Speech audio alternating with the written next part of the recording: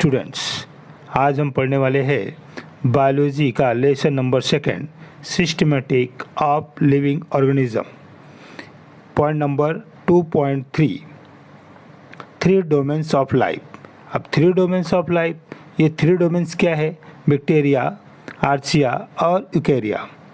It is believed that the life originated on the earth in its very simple form. Constant struggle of the early living being gave rise to more and more perfect forms of life. This struggle and progress of evolution which led to formation of diverse life forms. Carl Woese in 1990 proposed 3 domains of life to classify life forms. देखिए ये याद रखिएगा कि Karl whose ने 1990 में propose किया था 3 domains of life. तो 3 डोमेन्स ऑफ लाइफ का ये क्लासीफाई जो है किसने लाया था? कार्ल वूज ने। कब लाया था? 1990 में। दे आर उन्होंने 3 डोमेन्स ऑफ लाइफ क्या बताया था? दे आर आर्चिया, बैक्टीरिया और यूकेरिया। ये 3 उन्होंने डोमेन बताया। किसने बताया था? कार्ल वूज ने। कब बताया था? 1990 में। Domain is an unit larger than kingdom. इन्होंने जो 3 डोमेन बताया था, ये domain is an unit larger than kingdom in the system of classification. ये जो क्लासिफिकेशन का सिस्टम है, इसमें डोमेन जो है ये किंगडम से जो है लार्जर है। बैक्टीरिया एंड आर्चिया बोथ है प्रोकार्योटिक सेल। देखो यहाँ पर क्या दिया हुआ है? बैक्टीरिया, लाइन पे ध्यान दीजिए, बैक्टीरिया एंड आर्चिया बोथ है prokaryotic cell, whereas eukarya have eukaryotic cell. अब प्रोकार्योटिक मतलब क्या था? प्रोकार्योटिक सेल कौन से होते हैं? यहाँ पर दिया बैक्टीरिया और आर्चिया बोथ है प्रोकार्योटिक सेल। तो बोथ है प्रोकार्योटिक सेल मतलब नॉट न्यूक्लियस। हाँ, इनके अंदर न्यूक्लियस नहीं था। किसके अंदर? बैक्टीरिया और आर्चिया के अंदर। वेयर एज जबकि यूकेरिया है यूकैरियोटिक सेल, मतलब यूकेरिया जो था इसके अंदर न्यूक्लियस प्रेजेंट था इस सेल के अंदर। All the 3 domain have very unique ribosomal RNA. Archaea are known for their survival in very extreme condition. देखो क्या कह रहा है कि जो आर्चिया था, आर्चिया है, वो नॉर्मली किसी भी एक्सट्रीम कंडीशन में भी सर्वाइव कर सकता है। Like high temperature, high temperature में भी जो है आर्किया सर्वाइव कर सकता है। सैलिनिटी, हाई सैलिनिटी रहेगा उसमें भी वो सर्वाइव कर लेगा। एसिडिक कंडीशन में भी सर्वाइव करेगा, एक्सेट्रा। तो अब बैक्टीरिया 2 आर प्रोकार्योटिक। जो बैक्टीरिया था ये प्रोकार्योटिक है। प्रोकार्योटिक मतलब क्या? Not nucleus. Differ from archaea. ये क्या, ये जो है आर्चिया से क्या है? अभी हमने तो इसके पहले क्या देखा था? बैक्टीरिया और आर्चिया दोनों प्रोकार्योटिक थे। हाँ, लेकिन फिर भी बैक्टीरिया जो है ये प्रोकार्योटिक है, लेकिन फिर भी ये आर्चिया से इन स्ट्रक्चर ऑफ सेल वाल के स्ट्रक्चर से कंपेयर करें तो ये बैक्टीरिया जो है आर्चिया से क्या है? अलग है, डिफर है। अब यहाँ पर हमने एक वर्ड देखा था जैसे कि सैलिनिटी। तो सैलिनिटी का जो है साइंटिफिक आप कैसे बोल सकते हैं इसको? सैलिनिटी जब हाई सैलिनिटी रहेगा तो इसको क्या बोलने का? हैलोफिल्स। क्या कहेंगे उसको? हैलोफिल्स। अगर हाई सैलिनिटी है तो क्या बोलेंगे उसको? हैलोफिल्स। अच्छा, एक वर्ड यहाँ पर दिया हुआ टेम्परेचर। हाँ, तो अगर हाई टेम्परेचर रहेगा तो उसको क्या बोल सकते हैं हम? थर्मोफिल्स। याद रहेगा ना? अगर हाई सैलिनिटी है तो हम उसको क्या बोल सकते हैं? हैलोफिल्स। और हाई टेम्परेचर रहेगा तो उसको हम क्या बोल सकते हैं? थर्मोफिल्स। हाँ, ये थोड़ा याद रखिएगा। कभी कभी क्या होता है कि हाई सैलिनिटी ना एग्जाम में हाई सैलिनिटी वर्ड ना आकर वहाँ पर जो है हैलोफिल्स करके आता है, या फिर हाई टेम्परेचर न आकर वहाँ पर थर्मोफिल्स लिखा रहता है। अगर ऐसा कुछ आता है तो कंफ्यूज नहीं होना है। ओके, अब हमने पॉइंट नंबर 2.3 में क्या देखा कि 3 डोमेन ऑफ लाइफ किसने बताया था? कार्ल वूज ने बताया था 1990 में। और ये 3 डोमेन ऑफ लाइफ क्या है? बैक्टीरिया, आर्चिया और यूकेरिया के बारे में। और हमने और क्या देखा? बैक्टीरिया और आर्चिया जो है प्रोकार्योटिक सेल होते हैं और यूकेरिया क्या होता है? यूकैरियोटिक सेल होता है। प्रोकार्योटिक सेल में हमने क्या देखा था? न्यूक्लियस नहीं होता है। यूकैरियोटिक सेल में क्या होता है? न्यूक्लियस होता है। ओके, और जो आर्चिया है ये एक्सट्रीम कंडीशन में भी सर्वाइव कर सकता है। हाई टेम्परेचर, हाई सैलिनिटी या एसिडिक कंडीशन हो, इसमें भी जो है आर्किया सर्वाइव कर सकता है। Okay, and now we will start point number 2.4. The chemotaxonomy. chemotaxonomy क्या है? chemotaxonomy में it is a method of biological classification. ये भी क्या है? ये क्लासिफिकेशन का बायोलॉजिकल मेथड है बेस्ड ऑन, इसके अंदर दो है chemotaxonomy में क्या करते हैं, कौन से बेस पे रहता है, based on similarity and differs in structure of certain compound present among the organism being classified. ये कौन से बेस पे क्लासिफाइड हो रहा है? देखिए फिर से, it is the method of biological classification. ये बायोलॉजिकल क्लासिफिकेशन का मेथड है कौन? chemotaxonomy. बेस्ड ऑन सिमिलरिटी और डिफरेंस. इसमें किस पे कौन से बेस पे किया जाता है क्लासिफिकेशन? सिमिलरिटी के आधार पर और डिफरेंस के आधार पर in the structure of certain compounds. कुछ कंपाउंड के जो सर्टन कंपाउंड्स है, स्ट्रक्चर ऑफ सर्टन कंपाउंड्स, उसके आधार पर प्रेजेंट अमॉन्ग द ऑर्गेनिजम्स, जो ऑर्गेनिज्म में प्रेजेंट होते हैं, बीइंग क्लासिफाइड, इसके आधार पर क्लासिफाइड किया जाता है. अगर हम शॉर्ट में बोले तो it is the classification based on chemical constitutes of organisms. अगर हम शॉर्ट में बोले तो तो इसके अंदर जो chemotaxonomy है, इस पर कौन से आधार पर क्लासिफिकेशन होता है? इसमें केमिकल कंस्टिट्यूट्स ऑफ ऑर्गेनिज्म, जो ऑर्गेनिज्म के केमिकल कंस्टिट्यूट्स है उसके आधार पर क्लासिफिकेशन होता है. एग्जाम्पल में कैसे है? Archaea cell wall. Archaea cell wall is without the peptidoglycan. जो आर्चिया है इसके सेल वॉल में जो पेप्टिड डॉग लाइकन है ये नहीं होता है. ओके, बोल याद दिया ना, archaea cell wall is without peptidoglycan. इसमें पेप्टिड लाइकन जो होता है ये नहीं होता है. And that of the प्रोकारिया.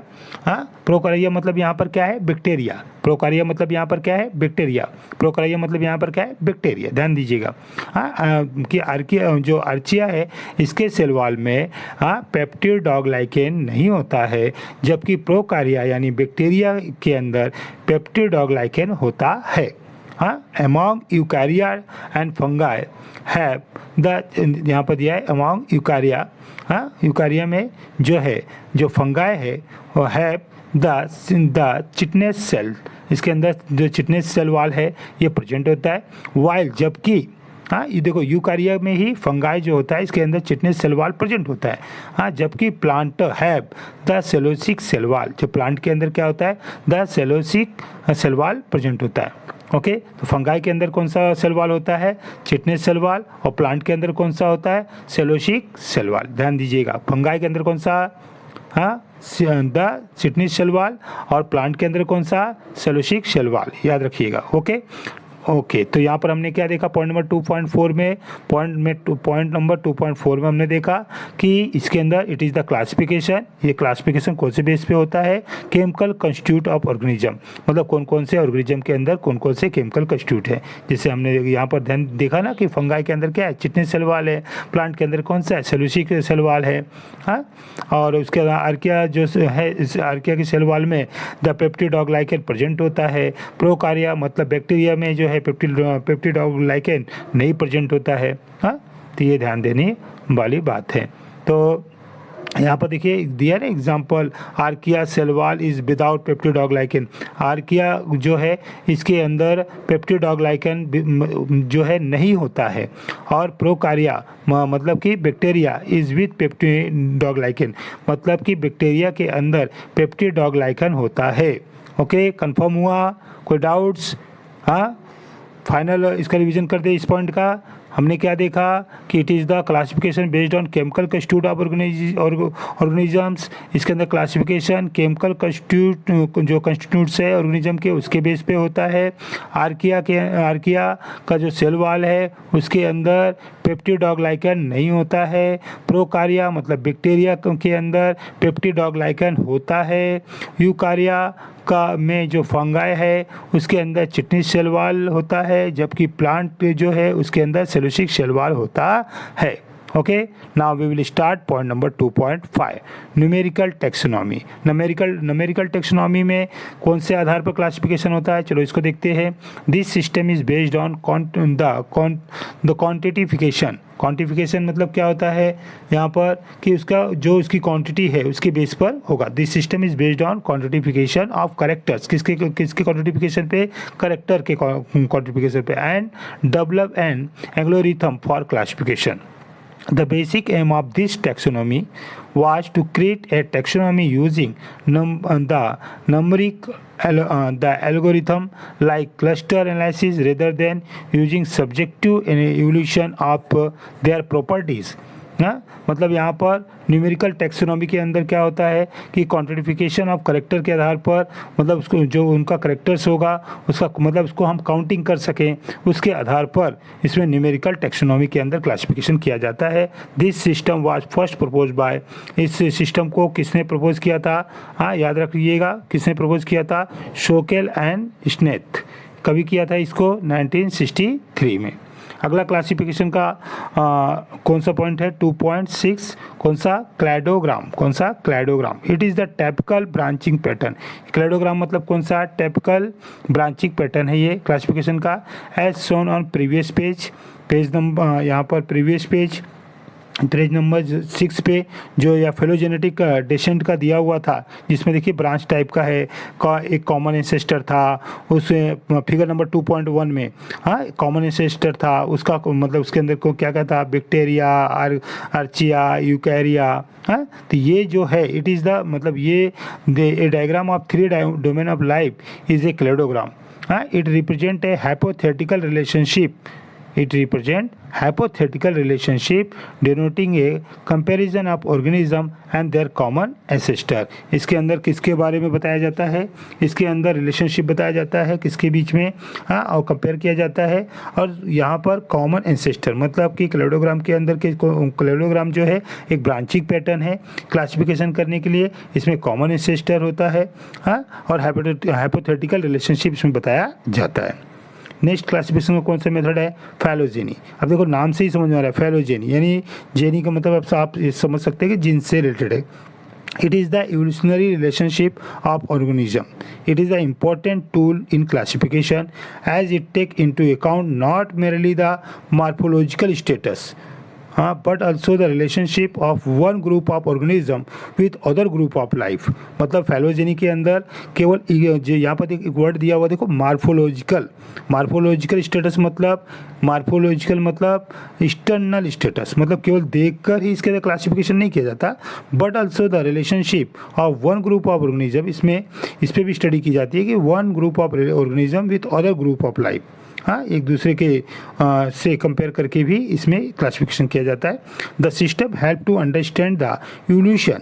हमको ये सिस्टम जो फैलोजेनी क्लासिफिकेशन का मेथड है, इसमें हमको क्या समझ में आता है कि नॉर्मली हम the system help to understand, हमें ये समझने में आसानी होती है इस क्लासिफिकेशन मेथड से कि the evolution and also focus, ये इवोल्यूशन के बारे में बताता है ये classification, and also focus on the similarity of their metabolic functioning.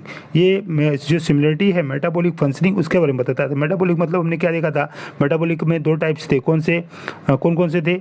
एक कैटायन और दूसरा एक कैटायन था और एनायन। तो अब हमने हमने यहाँ पर नॉर्मली ये जो कैटायन था, कैटायन का मतलब क्या होता है? इसके अंदर जो मॉलिक्यूल्स होते हैं वो ब्रेक डाउन होते हैं। हाँ, कैटाबोलिज्म। और दूसरा कौन सा था? एनाबोलिज्म। एटाबोलिज्म में हमने क्या देखा था? मॉलिक्यूल्स फॉर्म होते हैं। कैटाबोलिज्म में क्या होता था कि जो मॉलिक्यूल्स है वो क्या होते थे? ब्रेक डाउन होते थे। तो ये जो इसके अंदर similarity of their metabolic functioning है, मतलब कि जो कैटाबोलिज्म और एनाबोलिज्म था उसके आधार पर भी इसके अंदर क्लासिफिकेशन किया जाता है। The whose 3 domain concept. चलो बताइए कि 3 डोमेन कंसेप्ट जो तो 3 डोमेन ऑफ लाइफ, इसके बारे में किसने बताया था? तो याद कीजिए, हमने पेज नंबर 6 पे देखा था। इसको किसने बताया था? कार्ल ऊज ने बताया था। किसने बताया था इसको? कार्ल ऊज ने बताया था। कब बताया था? 1990 में हाँ, इसको प्रपोज किया था। और इसके अंदर उन्होंने 3 डोमेन ऑफ लाइफ बताया था। तो यहाँ पर वही दिया हुआ है कि whose 3 domain concept as well as Whittaker 5 kingdom system are very good example of phylogenetic relationship. ये जो उस साहब ने 3 डोमेन ऑफ लाइफ बताया था, या व्हिटेकर साहब ने जो है क्लासिफिकेशन किया था। व्हिटेकर साहब ने किसमें क्लासिफिकेशन किया था?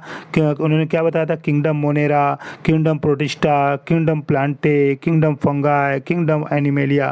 तो ये जो उसके 3 डोमेन ऑफ लाइफ है था, और विटेकर का जो 5 किंगडम सिस्टम था, ये सब जो है ये phylogenetic relationship are very good example of phylogenetic relationship है, रिलेशनशिप के बारे में बताता है। तो इसके अंदर हमने फिलोजेनी के अंदर क्या देखा, हमने फिलोजेनी के अंदर देखा कि इसके फिलोजेनिक क्लासिफिकेशन जो है वो केवल मार्फोलॉजिकल मतलब एक्सटर्नल स्टेटस को नहीं बताता, ये एक ऑर्गेनिज्म दूसरे ऑर्गेनिज्म से रिलेशन के बारे में भी बताता है।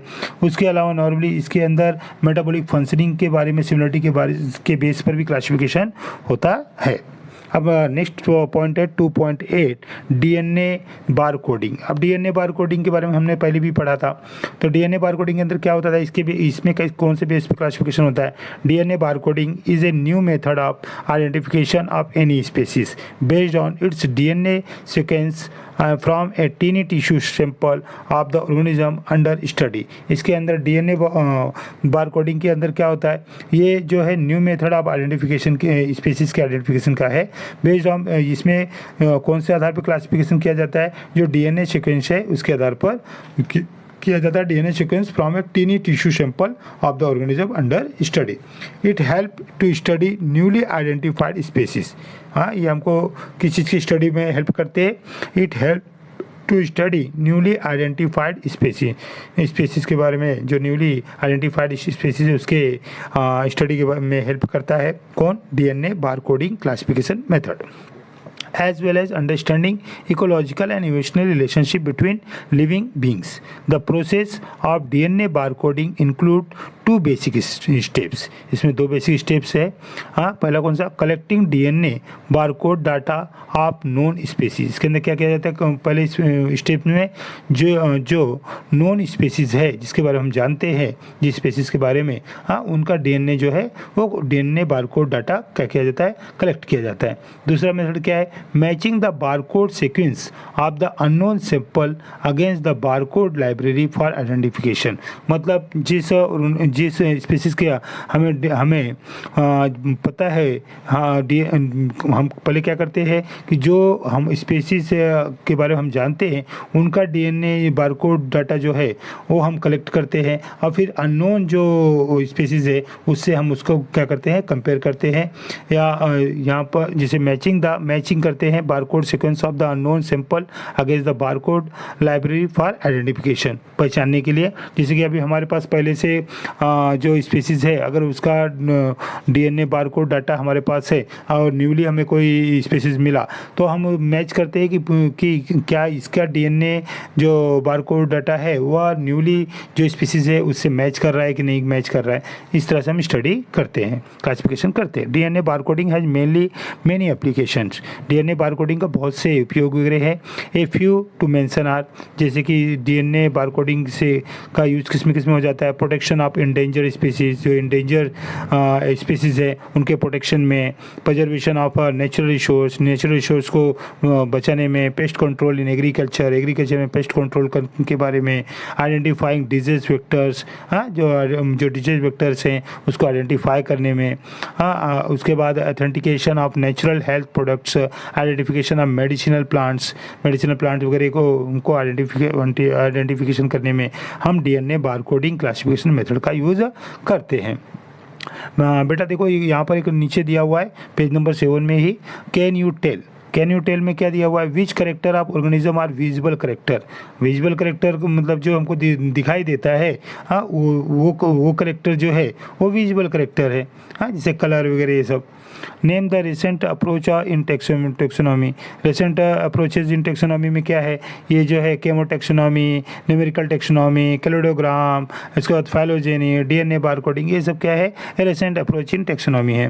What is DNA barcoding point number 2.8 में दिया हुआ डीएनए बारकोडिंग क्या है। DNA barcoding is a new method for the identification of any species based on its DNA sequences from a tiny tissue sample of the organism under study. Okay, what is evolution के अंदर कैसे evolution हुआ उसके बारे में लिखना है। And enlist use of taxonomy, हाँ, इनलिस्ट यूज ऑफ जो टेक्सोनॉमी के यूजेस क्या है उसके बारे में लिखना है। अब पॉइंट नंबर 2.9 क्या है? Taxonomic categories.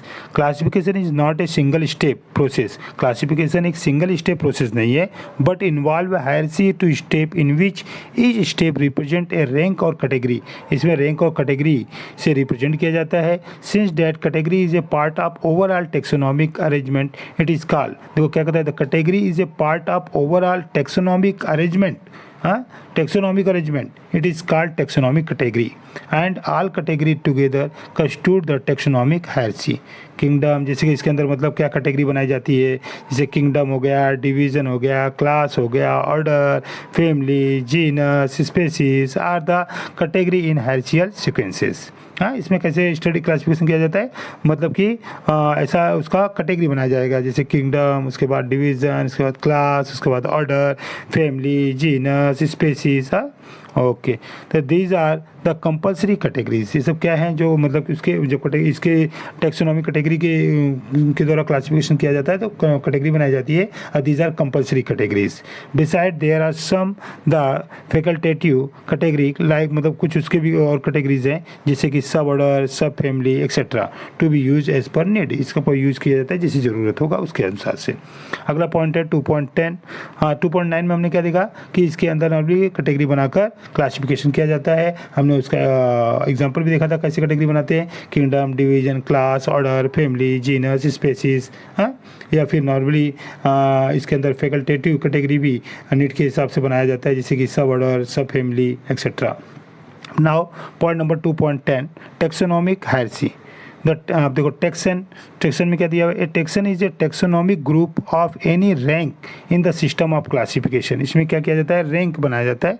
हाँ, इसके बारे में किसने बताया था, एच जे लैम। कब बताया था उन्होंने, 1948। एग्जाम्पल में क्या दिया हुआ है, in plant kingdom each one of the following such as the angiosperm and यहाँ पर दिया हुआ है एंजियोस्पर्म, और उसके बाद डायकोटिलेंडन एंड द पॉलीपेप्टाइल, उसके बाद malvaceae represent a taxonomic group. Example है टैक्सन, मतलब कि इसके अंदर भी जो है नॉर्मली एक रैंक के आधार पर क्लासिफिकेशन किया जाता है। नाउ पेज नंबर 8 पे देखो दिया हुआ है कैटेगरी, टैक्सन। हाँ, मतलब यहाँ पर अभी इसके अंदर जो कैटेगरी दिया हुआ है, हमें कैसे कैटेगरी में क्लासिफिकेशन किया हुआ है। टैक्सन यहाँ पर 2 दिया हुआ है। यहाँ पर एक जो है चाइना रोज के बारे में दिया हुआ है, और दूसरा किसके बारे में, कोबरा के बारे में। ओके, जैसे कैटेगरी में पहले यहाँ पर क्या दिया, किंगडम। तो किंगडम में जो है चाइना रोज में क्या है, प्लांटे, और ये जो कोबरा है वो क्या है, एनिमलिया में आता है। क्यों, कौन से किंगडम में आता है, एनिमलिया में आता है। डिवीजन फाइलम कौन सा है, चाइना रोज का एंजियोस्पर्म से में आता है। हाँ, और उसके बाद इसका कोबरा किस में आता है, कॉर्डेटा में आता है। हाँ, इस प्रकार से यहाँ पर क्लासिफिकेशन किया जाता है। Okay, bye.